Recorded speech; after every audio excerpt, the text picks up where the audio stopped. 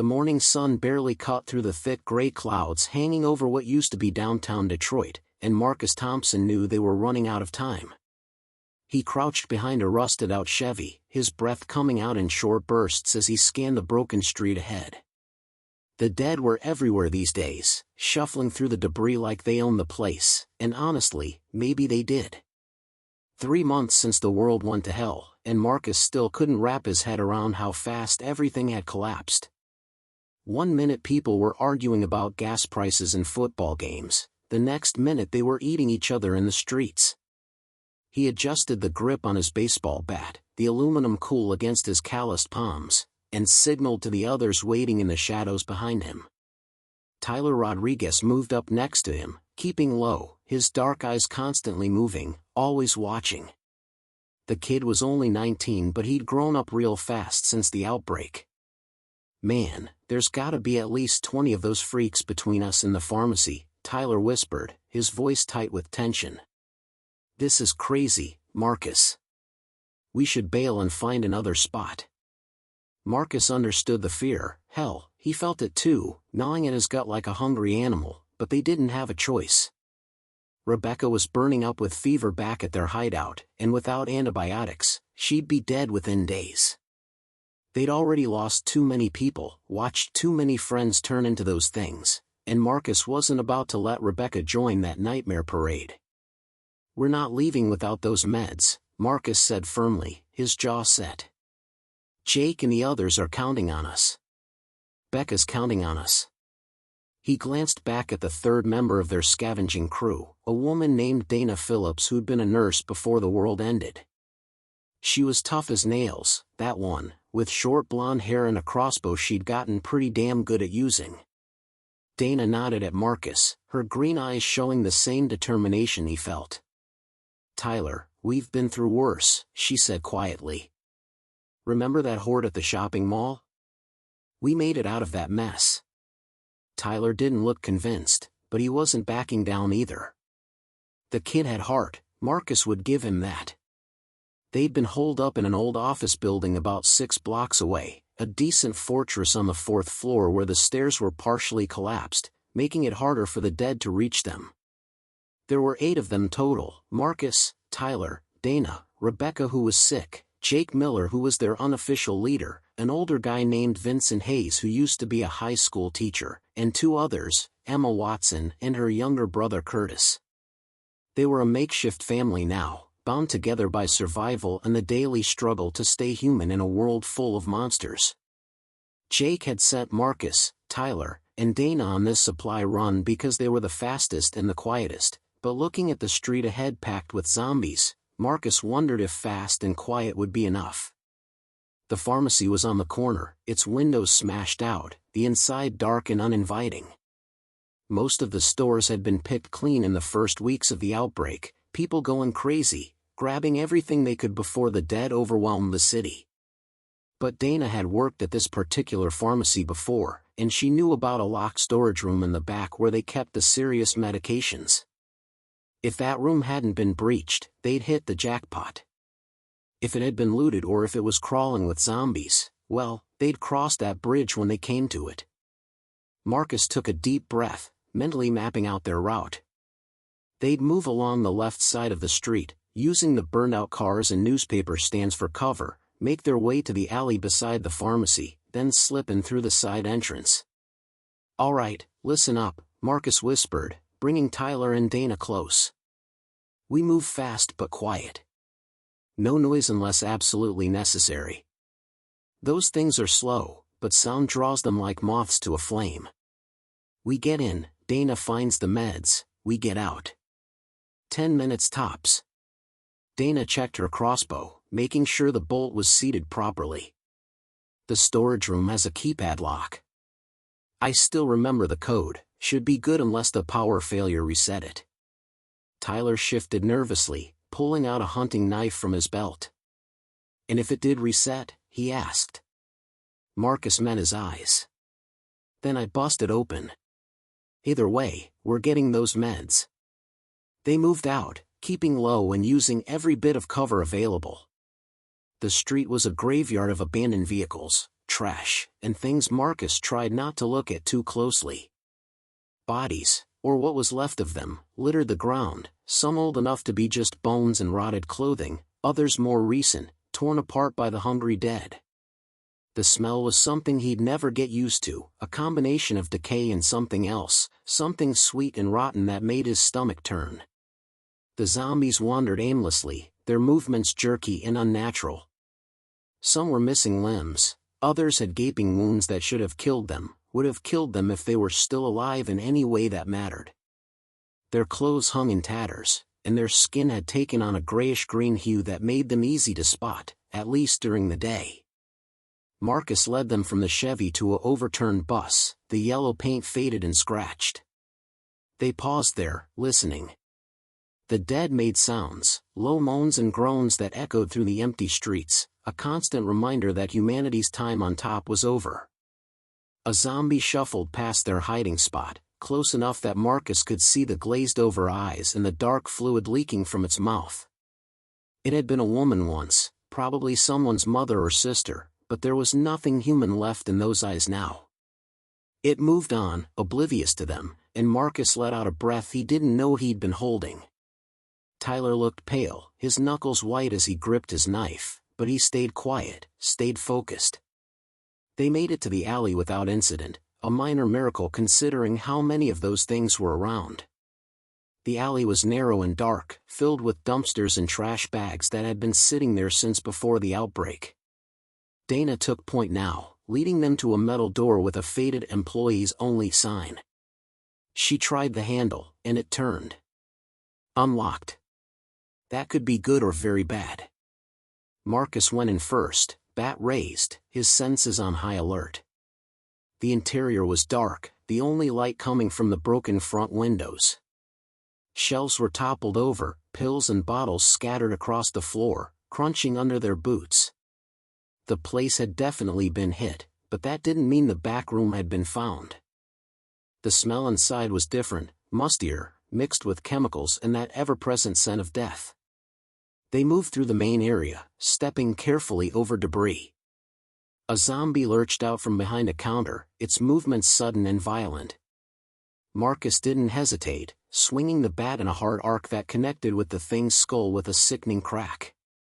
It went down hard, twitching, and Marcus hit it again to make sure it stayed down. "Damn it," Tyler muttered. "Where there's one, there's usually more." Dana was already moving toward the back, her crossbow up and ready. "Come on, the storage room is through here." They found the door, reinforced steel with an electronic keypad that was, surprisingly, still lit up with a dim red light. "Battery backup," Dana whispered, a hint of relief in her voice. She punched in the code, her fingers moving quickly, 4729. There was a pause, a moment where Marcus thought it wasn't going to work, and then a click and a green light. The door swung open, and Dana slipped inside, Marcus and Tyler covering the hallway behind them. The storage room was small but packed with shelves of medications, supplies, bandages, and exactly what they needed. "Jackpot," Dana breathed, grabbing a backpack and starting to fill it with antibiotics, painkillers, antiseptics, anything useful. Marcus kept watch at the door while Tyler helped Dana grab supplies. They worked quickly, efficiently, knowing every second they stayed increased the danger. The zombie Marcus had killed was lying in a spreading pool of dark blood, but there were sounds now, more moans coming from deeper in the building. "We got company coming," Marcus said, his voice low and urgent. 30 seconds, then we're out of here whether we're done or not." Dana moved faster, her hands a blur as she stuffed medications into the backpack. Tyler grabbed medical supplies, shoving them into his own pack. The moaning was getting louder, and Marcus could see movement in the darkness at the end of the hallway, shapes emerging from what must have been a back office or storage area. "Time's up, let's move." Marcus barked, and they bolted. Dana led them back through the pharmacy, heading for the side door they'd come through. But as they burst into the alley, they found it wasn't empty anymore.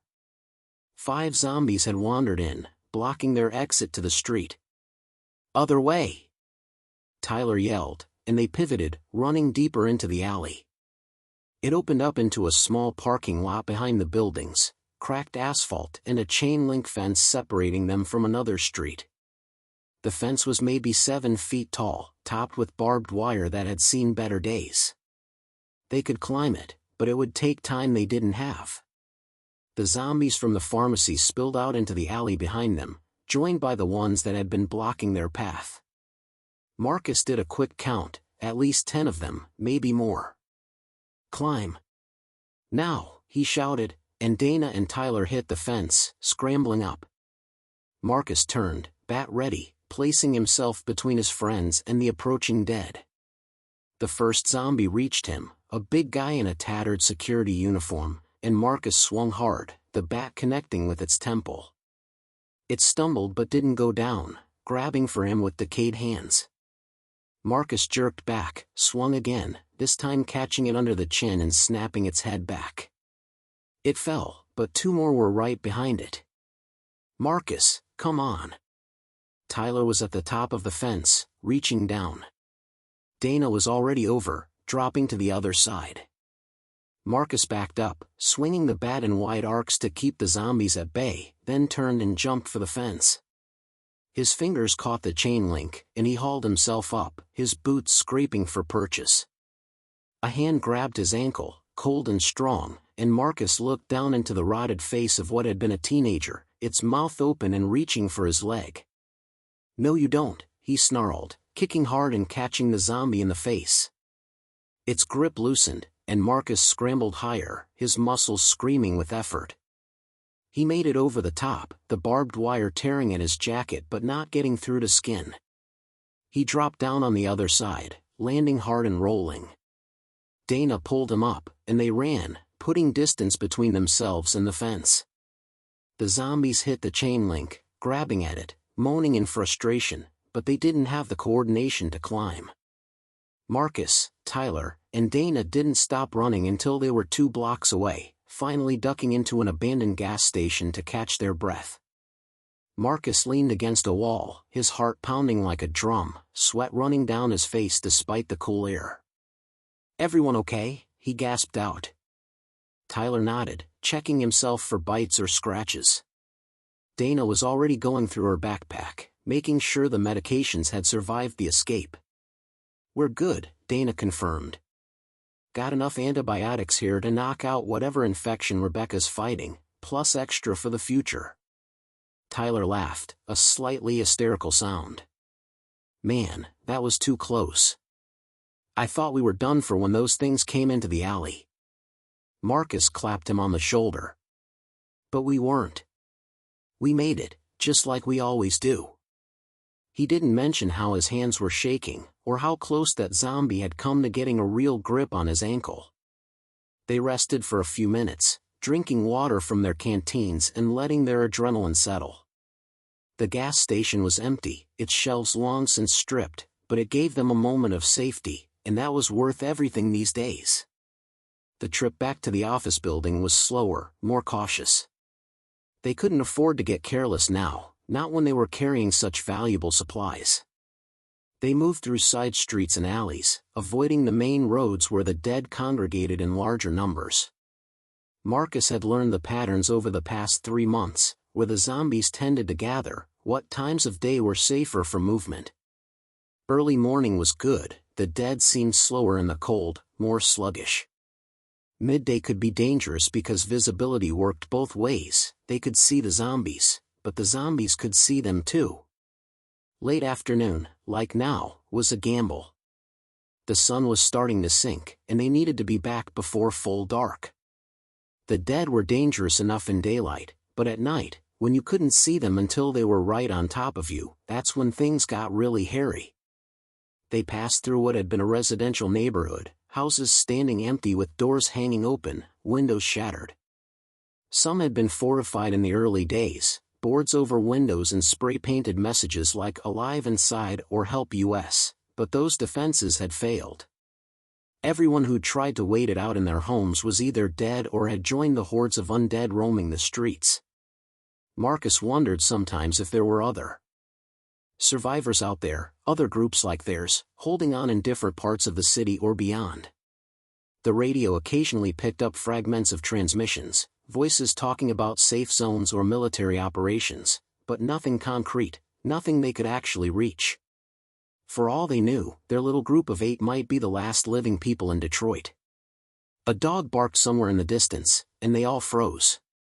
Animals had mostly fled the city or been killed in the chaos, but occasionally you'd see a stray, wild-eyed and dangerous in its own right. Tyler motioned toward a house on the right, and they slipped into its front yard, using a dead hedge for cover. 2 zombies emerged from around a corner, following the sound of the dog, their heads turning with that eerie, mechanical quality they all had. Marcus and the others stayed still, barely breathing, until the zombies moved on. It was a waiting game, patience versus panic, and panic was always ready to win if you let it. They reached the office building as the sun was touching the horizon, painting the sky in shades of orange and red that might have been beautiful in another world. The entrance to their building was through a side door that they kept barricaded from the inside. Marcus gave their signal, 3 quick knocks, a pause, then 2 more. There was a scraping sound as the barricade was moved, and the door opened just enough for them to slip through. Jake Miller was there, a tall man in his 40s with graying hair and sharp blue eyes that didn't miss much. "Thank God," he said, genuine relief on his face. "Was starting to worry you guys ran into trouble." "Nothing we couldn't handle," Marcus replied, trying to sound more confident than he felt. They made their way up to the 4th floor, navigating the broken stairs carefully. The landing between the 2nd and 3rd floor was completely collapsed, which meant they had to use a rope ladder they'd rigged up. It was a pain to climb, but it also meant zombies couldn't easily reach them, which made the inconvenience worth it. The 4th floor had been set up as their living space, office cubicles torn apart and rearranged to create sleeping areas, a common area, and a storage space for their dwindling supplies. Emma Watson, a woman in her 30s with red hair and a no-nonsense attitude, was tending to Rebecca when they arrived. Rebecca lay on a makeshift bed of cushions and blankets, her brown skin flushed with fever, her breathing shallow. She'd cut her leg on a piece of rusty metal a week ago, and despite cleaning it, the wound had gotten infected. In the old world, it would have been a simple fix, some antibiotics and a tetanus shot. In this world, infections were death sentences. Emma looked up as Dana knelt beside Rebecca, pulling out the medications. "Please tell me you found something," Emma said, her voice tight with worry. Rebecca was her friend, had been since before the outbreak when they worked together at a restaurant downtown. Dana held up a bottle of pills. "Broad-spectrum antibiotics, the good stuff. She's going to be fine." The relief in the room was palpable. Vincent Hayes, the former teacher, actually smiled for the first time in days. Curtis, Emma's younger brother who was only 16, let out a whoop that Jake quickly shushed. "Keep it down," Jake reminded them. "Sound carries, and we don't need to attract attention." Dana administered the first dose of antibiotics to Rebecca, along with some fever reducers and pain medication. Rebecca stirred, her eyes fluttering open. Did you guys make it?" she whispered, her voice weak. Marcus moved closer, giving her what he hoped was a reassuring smile. "We made it, Becca. You just focus on getting better, all right? We need everyone healthy." That night, they shared a meal of canned beans and stale crackers, their usual fare these days. Food was becoming a serious concern. The supplies they'd been living on were running low, and scavenging was getting more dangerous as they had to venture farther from their safe zone. Jake gathered everyone after dinner for what had become their nightly meeting, a time to discuss plans and problems. "We need to talk about our situation," Jake said, his voice serious. "Food's running out. We've got maybe 2 weeks left if we ration carefully, less if we don't. We need to make a decision about what comes next." Vincent spoke up, his voice measured and thoughtful. "I've been thinking about the industrial district near the river. There were warehouses there, distribution centers. If we could find one that hasn't been completely picked over, we might find enough supplies to last us months." Tyler shook his head. "That area was hit hard during the outbreak, though. I heard the military tried to set up a perimeter there, used the river as a natural barrier. When it failed, all those soldiers and civilians turned. Could be crawling with zombies. Emma jumped in. But we can't stay here and starve. We have to do something. The debate went on for an hour, everyone weighing in with opinions and concerns. Marcus mostly listened, turning ideas over in his mind. The industrial district was risky, no question, but Vincent had a point. The big warehouses and distribution centers would have had massive stockpiles of food and supplies. If they could secure even one building, it could change everything. But the danger was real, and they couldn't afford to lose people on a mission that might fail. Finally, Jake called for a vote. All in favor of scouting the industrial district? 5 hands went up, including Marcus's. Motion carries. We'll put together a team and do a recon mission in 2 days, give Rebecca time to get stronger. That night, Marcus lay on his sleeping mat, staring at the ceiling and listening to the sounds of the city. The moaning of zombies never really stopped, it became like background noise after a while, but tonight it seemed louder somehow, more insistent. He thought about his family, his mom and dad who'd been visiting his sister in California when the outbreak hit. He had no idea if they were alive or dead, and that not knowing was its own special kind of torture. He thought about his ex-girlfriend, who'd broken up with him 2 weeks before the world ended over some stupid argument he couldn't even remember now. He wondered if she'd made it, if she was out there somewhere, surviving like he was. Sleep came eventually, restless and filled with nightmares of running through endless streets with dead hands always reaching for him. He woke before dawn, the sky outside still dark, and lay there listening to the others breathe. Rebecca sounded better already, her breathing deeper and more regular. The antibiotics were working. Small victories, that's what survival came down to now. You celebrated the small victories because they were all you had. Marcus got up quietly, not wanting to wake anyone, and moved to the window.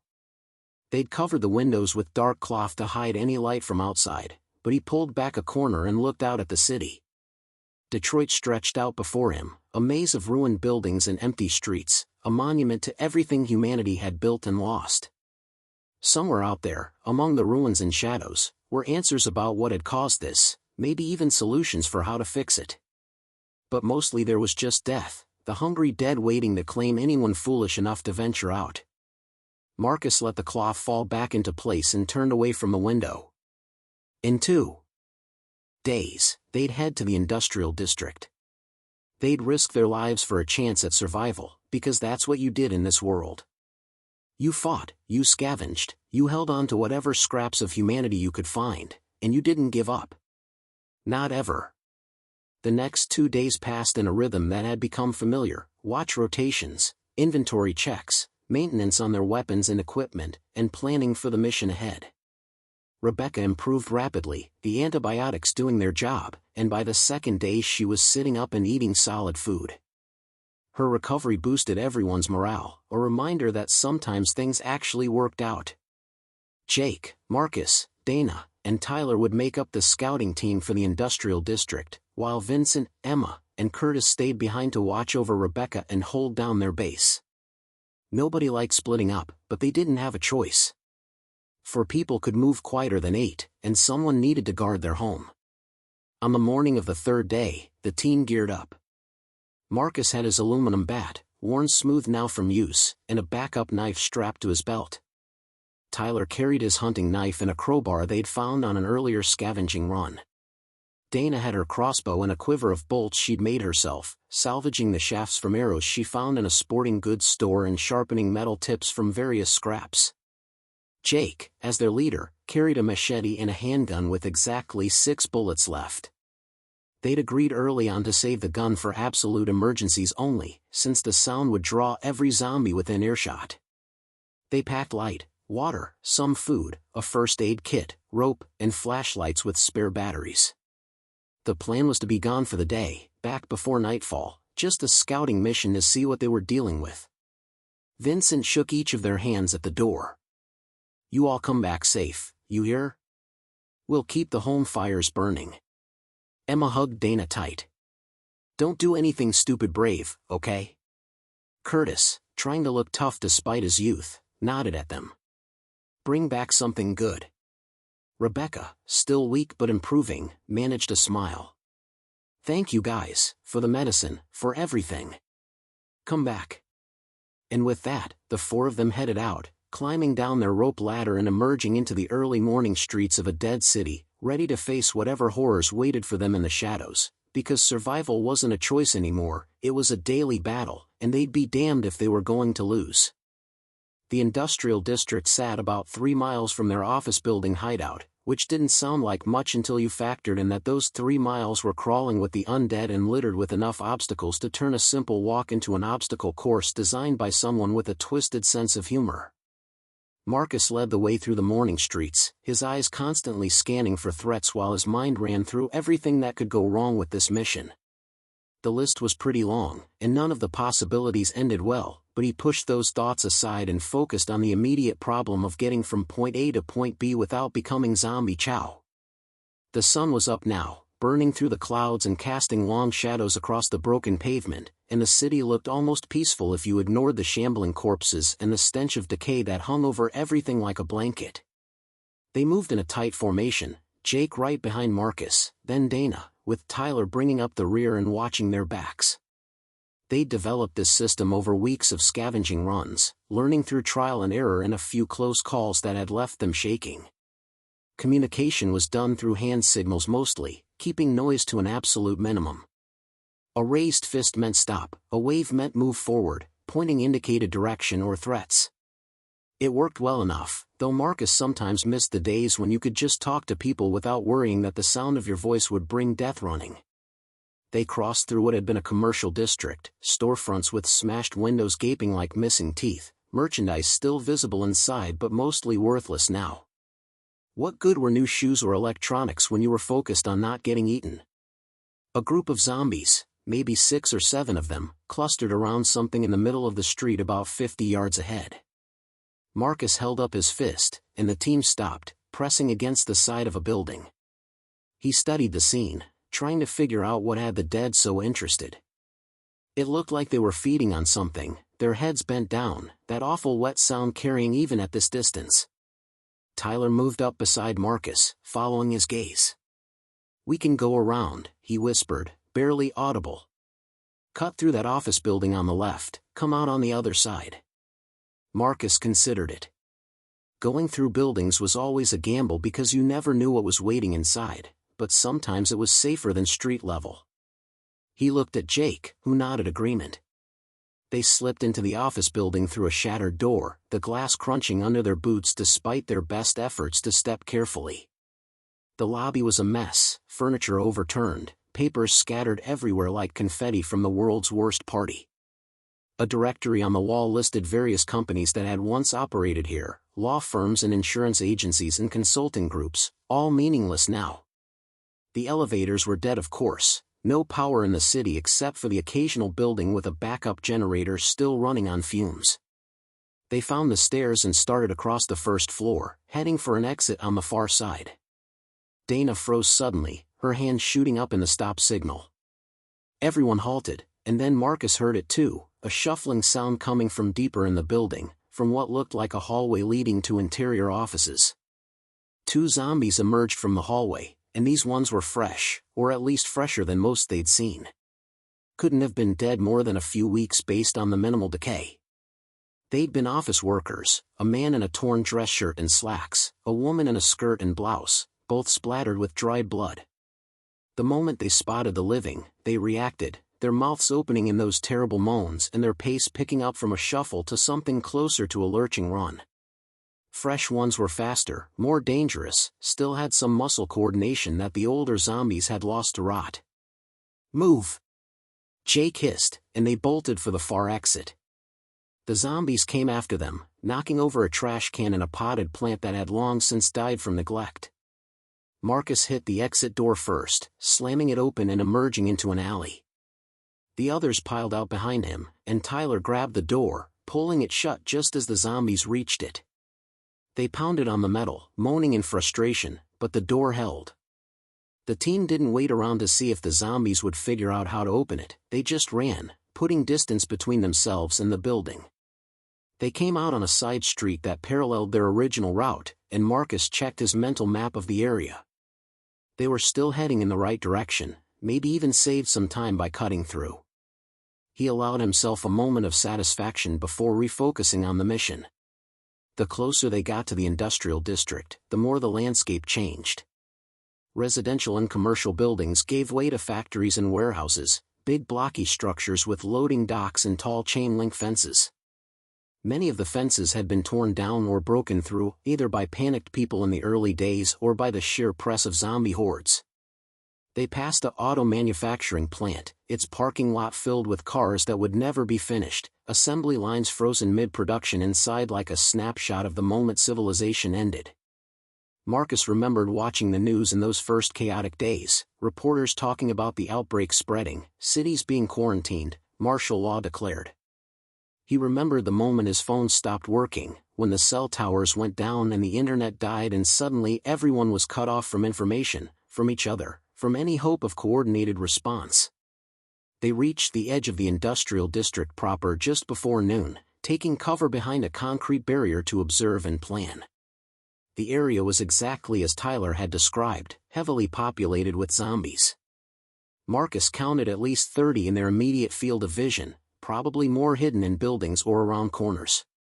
The Walking Dead congregated here in larger numbers, maybe drawn by some instinct to where there had once been lots of people working, or maybe just random chance. Either way, it was going to make searching the warehouses a real challenge. Jake pulled out a hand-drawn map he'd made from memory, having worked in this area before the outbreak. That big warehouse on the right, the one with the blue stripe on the side, that's a food distribution center, he said quietly. Used to deliver to grocery stores all over the state.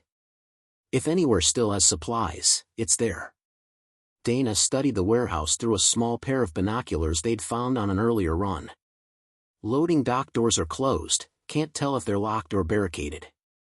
The regular entrance on the side looks intact though, could be our way in. Tyler pointed to the mass of zombies between them and their target. And how exactly do we get past all of them? We can't fight that many, and if we try to sneak through, one mistake and they're all on us. It was a valid concern, and Marcus turned it over in his mind, looking for solutions. They needed a distraction, something to draw the zombies away from their path.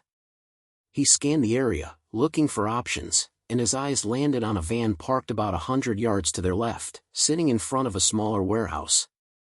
What if we rig up a noise trap? Marcus suggested. Get to that van, see if we can get the horn working or the alarm. Set it off and draw the zombies that way, while we move to the food warehouse. Jake considered it, his expression thoughtful. It could work, but it's risky.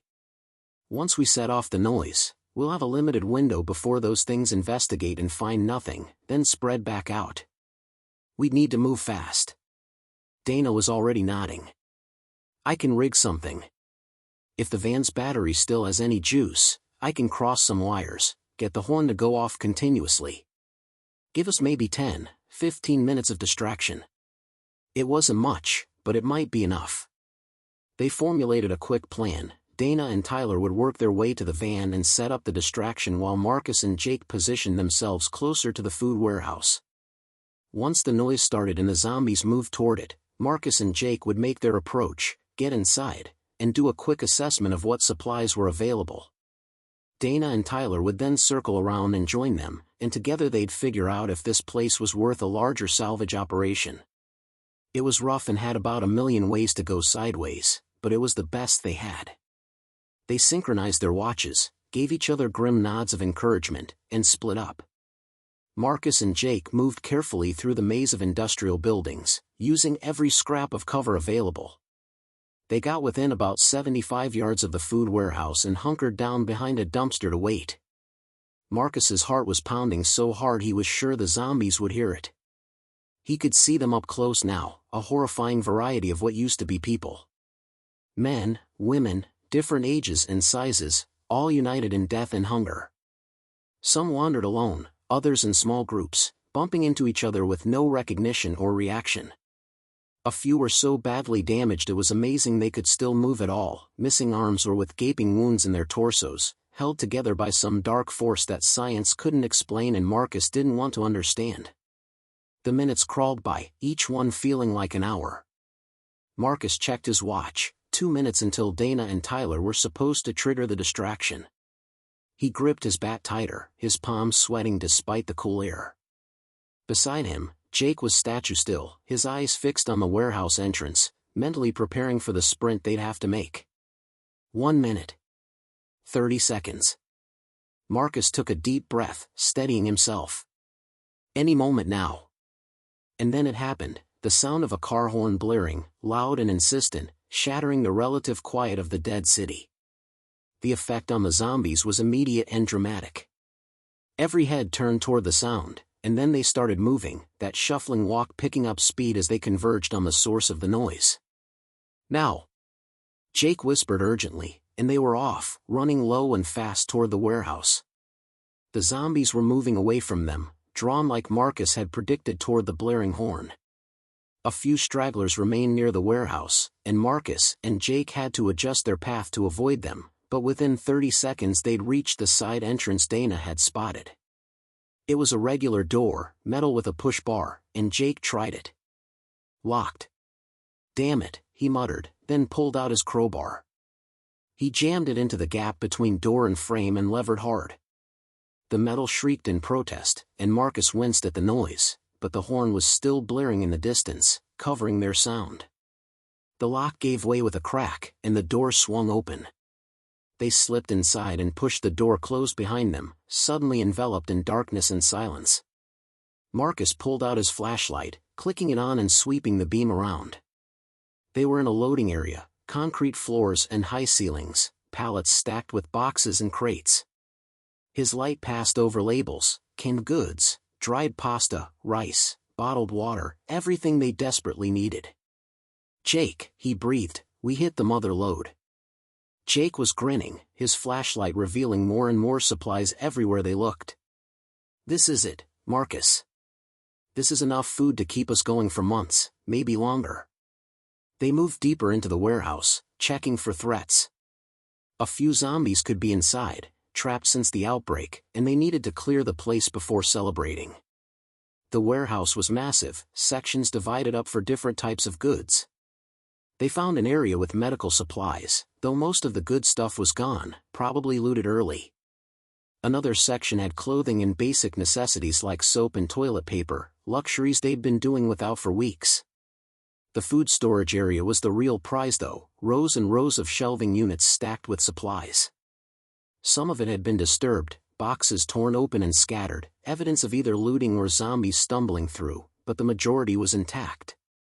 Marcus was mentally calculating how many trips it would take to move even a fraction of this back to their hideout when he heard a sound that made his blood run cold. The car horn had stopped.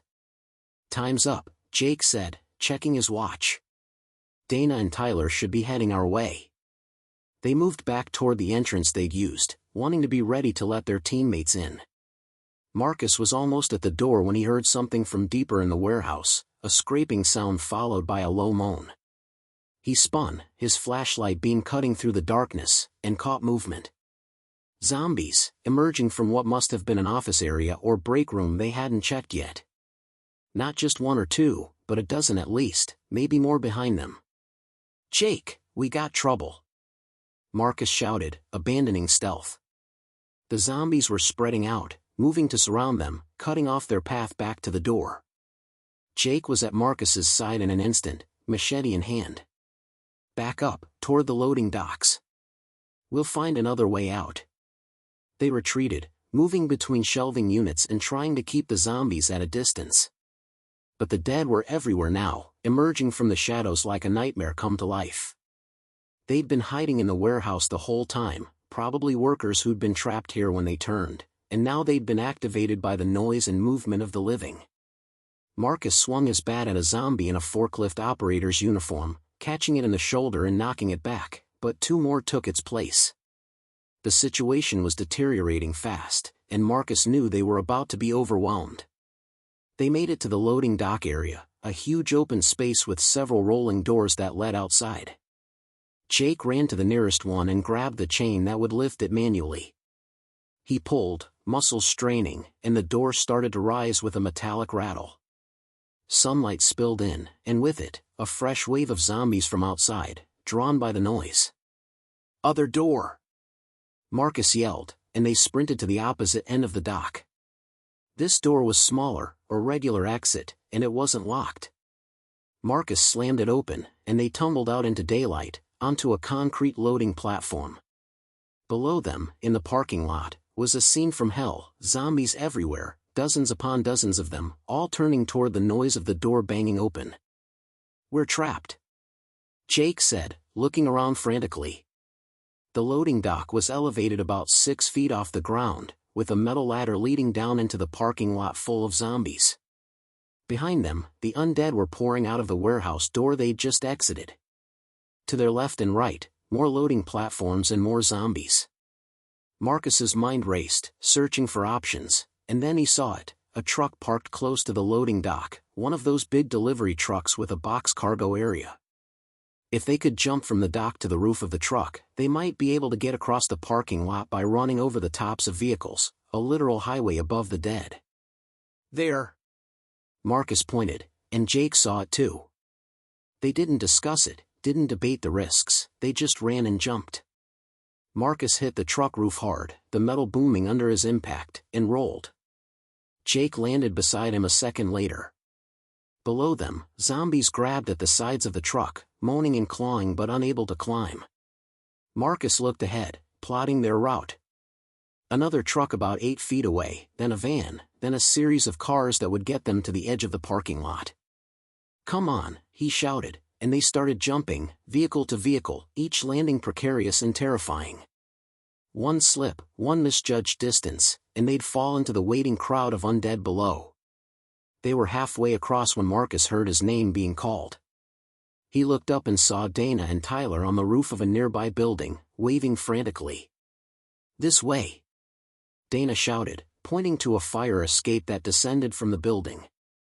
If Marcus and Jake could reach it, they could get off the vehicles and onto safer ground.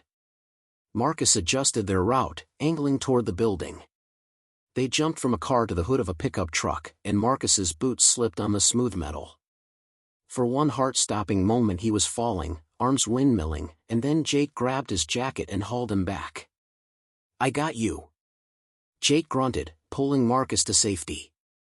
They made the final jump to a dumpster position near the building, then scrambled up the fire escape, climbing as fast as they could with zombies gathering below. Dana and Tyler helped pull them onto the roof, and for a moment they all just lay there, gasping for breath, hearts racing. "That was insane," Tyler said, his voice high with residual adrenaline. "We saw the zombies coming from everywhere and thought you guys were done for." Marcus sat up, still breathing hard. "The warehouse is full of supplies, everything we need, but it's also full of zombies. We're going to need a better plan to clear it out and actually salvage anything useful." They rested on the roof for a few minutes, gathering their strength and letting the zombie horde below lose interest and disperse. From their elevated position, they could see the whole industrial district laid out before them, and Marcus studied it with new understanding.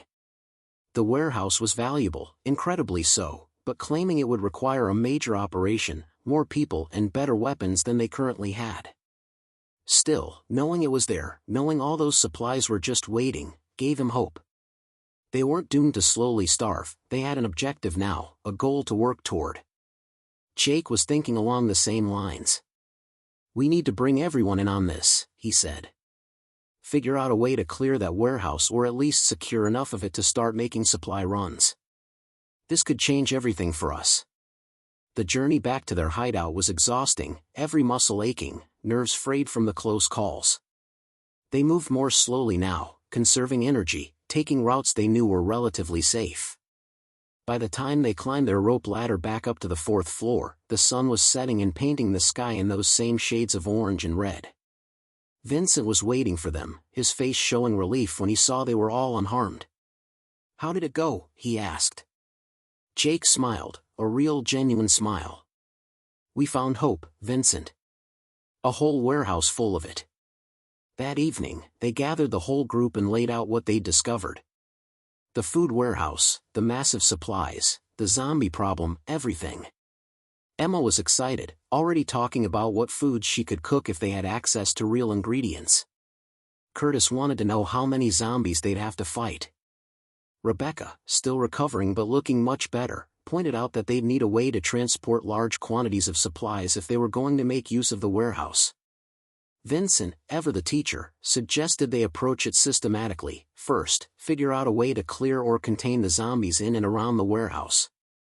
Second, establish a secure route from their hideout to the industrial district.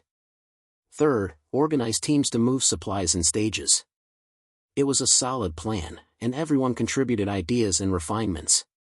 Over the next week, they prepared. They crafted more weapons from materials they scavenged, pipes and chains and anything that could be used to defend themselves. Tyler and Curtis worked on building a cart they could use to haul supplies, welding together parts from shopping carts and bicycle wheels.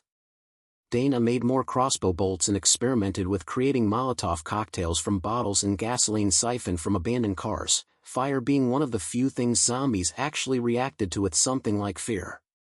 Marcus and Jake scouted the route to the warehouse multiple times, mapping out the safest path and noting where zombies congregated, learning their patterns.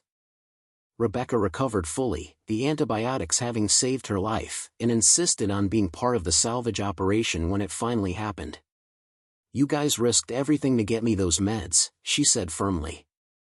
"I'm not sitting out when it's time to benefit from that risk." Emma backed her up, and eventually Jake agreed that they'd need everyone for this. It was too big a job for just a few people. They set a date. 3 days from now, they'd make their move on the warehouse. They'd go in force, all 8 of them, armed and ready.